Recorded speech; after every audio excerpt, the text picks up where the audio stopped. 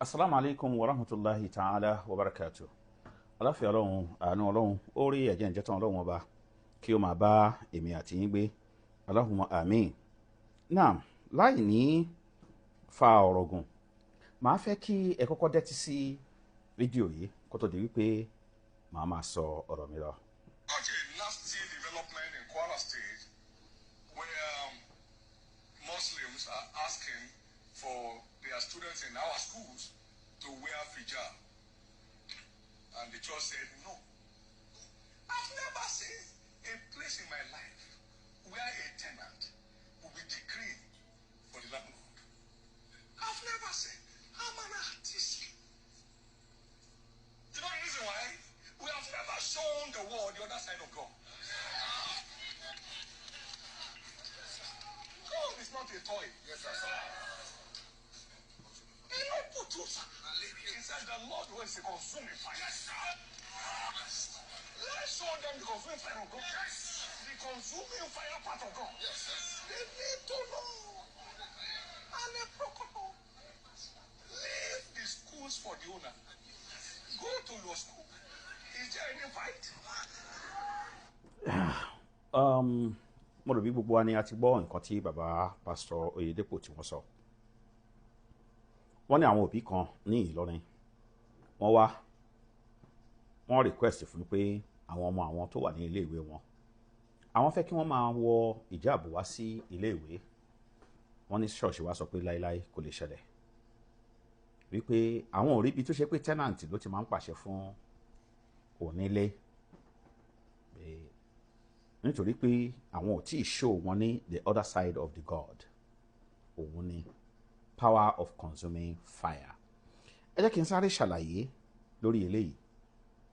Bàbá pásítọ̀ Oyedepo ẹni tí wọ́n sọ opinion ni. Everybody ló entitled to see opinion wọn. Kò sí nǹkan tó burú nínú ẹ̀ rárá. Ṣùgbọ́n tí ẹlẹ́tọ̀ọ́ ò bá mọ ẹ̀tọ́ ẹ̀, wọ́n lè máa fi ẹ̀tọ́ ẹ̀ wọ́n lè fi máa dùn. Wọ́n lè fi máa dùn. Ṣé rí private university, private secondary school, private primary school, gbogbo ìyóhùn kí a lè dálẹ̀, organization lónìí ni, religious body lónìí ni, individual lónìí ni, gbogbo ẹ̀ pátápátá Nigeria government ló regulate wọn. Nigeria government ló regulate wọn. And gbogbo ẹ̀ pátápátá wọ́n dẹ̀ ń láti máa operate within the nation's constitution. Wọ́n láti máa ṣe iṣẹ́ wọn pẹ̀lú òfin orílẹ̀-èdè yìí, òfin tí ó wà lórílẹ̀-èdè yìí, nítorí pé Nàìjíríà àyàfi tí ò bá jẹ́ pé gọ́fìmẹ̀ntì orílẹ̀-èdè yìí ló regulate ẹ̀ o, àyàfi tí ò bá jẹ́ bẹ́ẹ̀.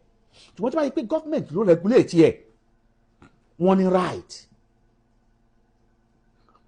Ọ̀ranyàn ni fún wọn láti máa operate within the Nigeria constitution. Kí ni constitution Nigeria sọ? Section 38. Ó sọ wípé nǹkan tí section 38 tó sọ ni òun náà ni pé ó guarantee freedom of religion pátápátá. Kódà ó tún sọ débi wípé tó bá ṣe pé fìlà ni ó pẹ̀lú ara ìmúra ẹ̀sìn tèmi kí n máa dé. Tó bá ṣe pé hijab ló pẹ̀lú ara gbogbo nǹkan tó bá ṣe wípé wọ́n fi máa manifest ẹ̀sìn yẹn, kódà bó jẹ́ through dress ni constitution yẹn fàyè gbà á. Bàbá wa Oyedepo, tí àwọn ọmọ mùsùlùmí bá wà nínú ilé ìwé yín out of ìkórìíra Islam, kò yẹ kí ẹ fi sọ̀rọ̀ nítorí pé Nigeria government ló regulate ẹ̀. Èyí tẹ́ ẹ fi ń sọ̀rọ̀ yẹn ẹ kórìíra ẹ̀sìn Islam ni. Ó dẹ̀ ti pẹ́ tẹ́ ti ń ṣe bẹ́ẹ̀. Ẹ kórìíra ẹ̀sìn. Ṣùgbọ́n ọ̀pọ̀lọpọ̀ àwọn èèyàn tí wọ́n bá máa sọ̀rọ̀ wọ́n á ní àwọn mùsùlùmí wọn wà tolerance. Èyí tí ẹ̀yin sọ yìí gangan ló show pé ẹ̀yin gangan lẹ wà tolerance. Ìkórìíra ẹ̀sìn lẹ fi ń sọ bẹ́ẹ̀ torí pé kò sí ọmọ mùsùlùmí ń lo hijab.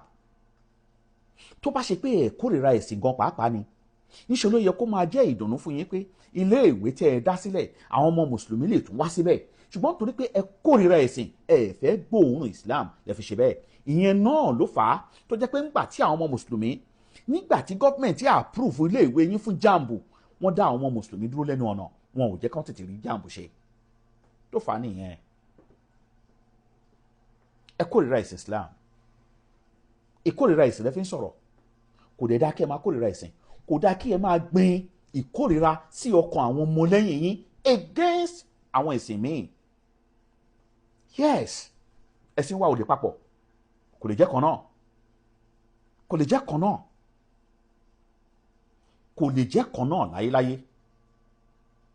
Ṣùgbọ́n kẹ́ ẹ wá fi ìkórìíra sí, ìkórìíra ò gbọdọ̀ wà ń bẹ̀ nítorí pé lọ́ndà òfin Nàìjíríà wọ́n preach peaceful coexistence, bá a ṣe máa gbé papọ̀ pẹ̀lú ìrẹ́pọ̀ pẹ̀lú àlàáfíà láàrin ara wa. Tèmi máa ṣẹ̀sìn ti tèmi, ìyẹn ní freedom of religion ló fi wà. So analogy tẹ́ lò pé tenant landlord yẹn kò work lórí yẹn. Ẹlẹ́ẹ̀kejì ẹ sọ pé consuming fire. Yes, kò sí nǹkan tí ó burú nínú ẹ̀, ṣùgbọ́n ṣe rí nínú ẹ̀sìn Islam títí wa kí l'Ọlọ́run bá sọ la ikraha fid-din, kò sí ìjẹni nípa nínú ẹ̀sìn rárá. Tí ẹ bá rí ọmọ mùsùlùmí ẹ ṣàkíyèsí dáadáa, tí ó bá ń sọ̀rọ̀ ní ibì kan àwọn kan ni wọ́n fà á, kì í ṣe ìjẹni nípa. Ẹ wo ohun tó ṣẹlẹ̀ lọ́jọ́ mẹ́ta yìí lórí Black App.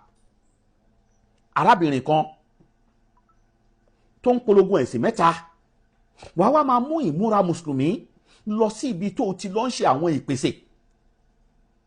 Àwọn mùsùlùmí wá jáde wípé no, a ní kó má ṣe nǹkan tó ń ṣe ṣùgbọ́n má gbé ẹ̀sìn wa wọnú ẹ̀. Ṣé ìyẹn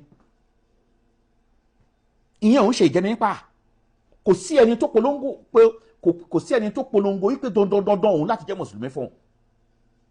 Ẹ wá ń lo language of consuming fire. Ẹ jẹ́ ká sọ fún yín sá, ẹ lè consume mùsùlùmí, it's not possible. Torí pé inna dina inda Allahi al-Islam. Ẹ lè consume mùsùlùmí. Gbogbo àwọn nǹkan wọ̀nyẹn òun ló fà á tó fi jẹ́ wípé ẹ wà tolerance. Tí ẹ bá lọ sí ilé iṣẹ́ àwọn mùsùlùmí, èmi ti rí dáadáa tí mo lè tọ́ka sí 1 2 3 4 5 títí dé 10 tí wọ́n gba àwọn ọmọ kìrìsìtẹ́nì síbẹ̀, tó ṣe pé nínú ọ́fíìsì wọn ilé iṣẹ́ mùsùlùmí wọ́n dẹ̀ gbé Jesus is Lord síbẹ̀. Wọn ò torí ẹ̀ lé wọn ò torí ẹ̀ lu consuming fire fún wọn.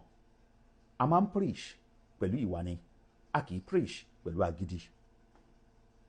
Ẹlẹ́ẹ̀kẹta, àwa mùsùlùmí ó tán àbí ǹtán, ẹ̀yin mùsùlùmí ọlọ́bẹ̀ yọ wọ́n ní kẹ́ máa lọ sí ilé ìwé tiyín, ṣé wàhálà wà ń bẹ̀ ni? Yes, òdodo ni náà. Wọ́n lè ṣèfún lọ́dọ̀ títí wọn pé àgbà kẹ́ kírun, ṣé dandan ni káwọn ọmọ yín lọ síbẹ̀ ni? Ṣùgbọ́n ọ̀pọ̀lọpọ̀ yín mentality yín low. Ṣé ọmọ tó lọ sí Oxford àbọ̀ ọmọ tó lọ sí Cambridge tó lọ kàwé ìyẹn ní kó ṣoríire ju ọmọ tó kàwé ní University of Ibadan, àbí kó ṣoríire ju ọmọ tó lọ sí Ọlábísí Ọ̀nàmàníyàn University, àbí kó ṣoríire ju ọmọ tó lọ sí Táíṣọ̀lá University of Education tí wọ́n ní kó ṣoríire jùlọ ni? Rárá. Ṣùgbọ́n mentality yín tó low. Ọ̀pọ̀lọpọ̀ yín ẹ ò fẹ́ identify ara yín pẹ̀lú ilé ìwé mùsùlùmí. Ṣé kò sí ilé ìwé mùsùlùmí ni? Ọlọ́bẹ̀ yíyọ̀ níyín, olójú kòkòrò níyín. Wọ́n ẹ wá tún wá ń lọ síbẹ̀, ẹ wá lọ ń bèrè hijab. Ibi tí wọ́n ti ń lò hijab kí ló tẹ̀ kọrí síbẹ̀? Kí ló tẹ̀ kọrí síbẹ̀? Ọ̀pọ̀lọpọ̀ yín, ìyìn tó dẹ̀ máa ń fà á fún ọ̀pọ̀lọpọ̀ yín ni pé ìwọ ọkọ, ìwọ ní mùsùlùmí, ìyàwó ẹ̀ kìrìsìtẹ́nì ni. Òun ló ń dictate fún ẹ. At the end of the day, nígbà tó bá wá kú tán, ilé àwa dàwòrò. Tó ń ṣẹlẹ̀ nìyẹn. Ẹlẹ́ẹ̀kẹrin, ẹ̀yin àfáà, gbogbo ẹnu ni mo tún fi pé ẹ̀yin àfáà tẹ̀ ń ṣe rádaràda lórí social media rádaràda lọ́pọ̀lọpọ̀ yín ṣe. Nǹkan tó yẹ kó ẹran kẹ́lẹ̀ ràn, nǹkan tó yẹ kẹ́ ẹran kọ́lẹ̀ ràn. Ọ̀pọ̀lọpọ̀ àwọn ọmọ sọnù lójoojúmọ́ níbi tí ẹ ti ń fa ìfàkífà mọ́ ara yín lọ́wọ́. Ẹ jẹ́ kí àwọn ọmọ, ẹ jẹ́ kí mental wọn kí wọ́n wà mentally stable. Èní ẹjọ́ ọ̀la ẹjọ́ òun lè ràn, òun lè ràn. Gbogbo organizations kí ni nǹkan tẹ́ fi ṣe? Wàhálà lẹ fi ń fa. Yes, wọ́n ní ẹ máa lọ sí ilé ìwé títí ń ṣe wàhálà wà ń bẹ, kò sí wàhálà ń bẹ náà. Kí ẹ tà lè lọ sí ilé ìwé títí wa, kí a kó owó tiwa yẹn, owó dọ́bù ta ló ń sọ fún wọn yẹn, ká lọ fi develop títí wa. Kí ni nǹkan tí wọ́n ní ń bẹ tá à ní? Kí ni nǹkan tí wọ́n ní tí à ní? Yes, we have professors, we have doctors, we have them. Ní gbogbo field, in all ramifications láti ní. Kí wá ní tó lé wa káàkiri? Fountain University is there, Al-Hikmah University is there, and so many other universities tó jẹ́ private university are there. Kí ló fà á tó fi jẹ́ pé a fi patronize àwọn yẹn? Tó fi jẹ́ pé àyọjú hàn là ń ṣe, àwa lọ. Ṣé ẹ fi pé ọmọ tó lọ́dún mẹ́rin ní ibì kan tí wọ́n jẹ́ kó kírun, tí wọ́n jẹ́ kó practice ẹ̀sìn yẹn, ẹ ṣèdí tọ́mọ yẹn bá jáde kò ní wọ̀n níwà consuming fire ò ní mú ni. Ẹ jẹ́ ká ronú, ẹ jẹ́ ká ronú o. Tá a bá ronú, ìgbésí ayé wa yóò dáa, àtúbọ̀tán wa yóò dáa, nítorí pé àtúbọ̀tán wa làwọn ọmọ wa, ẹ̀yìn ọlá wa làwọn ọmọ wa. Ẹ jẹ́ ká ronú nípa ẹ̀. Ọlọ́run ọba yóò ṣàánú wa. Subhana rabbika rabbil izzati amma yasifun wa salamun ala al-mursalin alhamdulillahi rabbil alamin.